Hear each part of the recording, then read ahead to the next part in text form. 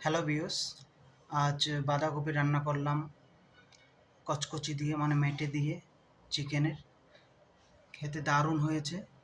আপনারা বাড়িতেও ট্রাই করতে পারেন মাংস মশলা দিয়ে, হেভি খেতে। শুধু বাঁধাকপি দিয়ে আপনারা ভাত খেয়ে নিতে পারবেন। আর হলো ভাত,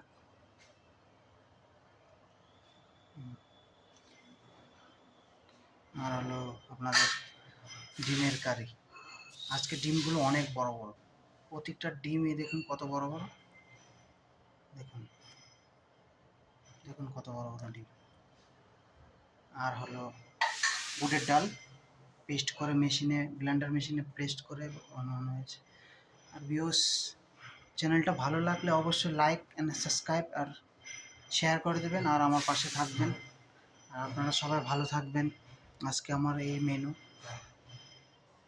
সব নিজের হাতে করা। আর ভালো থাকবেন।